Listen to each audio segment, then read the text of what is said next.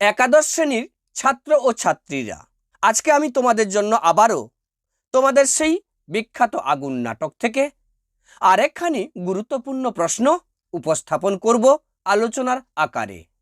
অবশ্যই তোমরা মনোযোগ দিয়ে শুনবে আর শেয়ারের মধ্য দিয়ে বন্ধুদের শুনতে সাহায্য করে দেবে। শুরু করছি আমি তোমাদেরই বিখ্যাত নাটক আগুন, নবনাট্য আন্দোলনের পুরোধা পুরুষ বিজন ভট্টাচার্য রচিত এই আগুন নাটক থেকে একখানি গুরুত্বপূর্ণ প্রশ্ন আলোচনার আকারে তোমাদের সামনে উপস্থাপন করব। তোমরা মনোযোগ দিয়ে শুনবে। আগুন জ্বলছে আমাদের পেটে, কার উক্তি?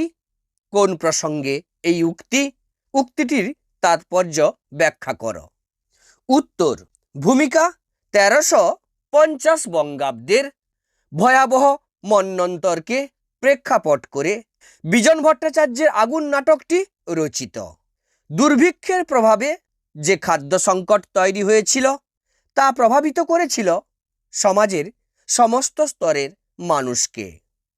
শুধু তাই নয়, এর ফলে শুরু হয়েছিল পারিবারিক অশান্তি, দাঙ্গা, মারামারি। আর এ সমস্ত কিছুর মূল কারণ কিন্তু ক্ষুধার, যার প্রতীক হিসেবে উপস্থাপন করা হয়েছে আগুন নামক শব্দটিকে। আবার নাটকের নামকরণ করা হয়েছে আগুন।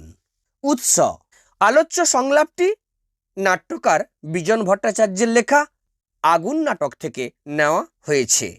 বক্তা: চাল সংগ্রহের লাইনের সামনে হন্তদন্ত হয়ে এগিয়ে আসা জনৈক যুবকের উক্তি এটি। উক্তিটির প্রসঙ্গ: নাটকটির ভিত্তিভূমিতে আছে দুর্ভিক্ষজনিত প্রবল খাদ্য সংকট। সামান্য খাদ্য সংগ্রহ করতেই মানুষ নাজেহাল। সরকারি ব্যবস্থাপনায় রেশনের দোকানের মাধ্যমে অবশ্য প্রতিদিন সামান্য করে চাল দেওয়ার ব্যবস্থা হয়েছে। লোকে বাধ্য হয়ে ভোরবেলা থেকে সেখানে লাইন দিচ্ছে। একাধিকবার লাইনে ঢোকার অভিযোগে সিভিক গার্ড একজনকে লাইন থেকে বের করে দিতে চায়, তো আর একজনকে চড়ই মেরে বসে।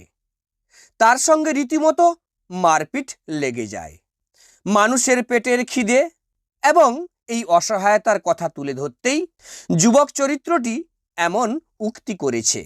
উক্তিটির তাৎপর্য: আগুন আগুন জ্বলছে আমাদের পেটে। যুবকের এই উক্তিটির মাধ্যমে নাট্যকার আগুন নাটকের মূল প্রতিপাদ্যকেই সামনে তুলে ধরেছেন। আগুন কথাটার মধ্যে একটা চমক আছে।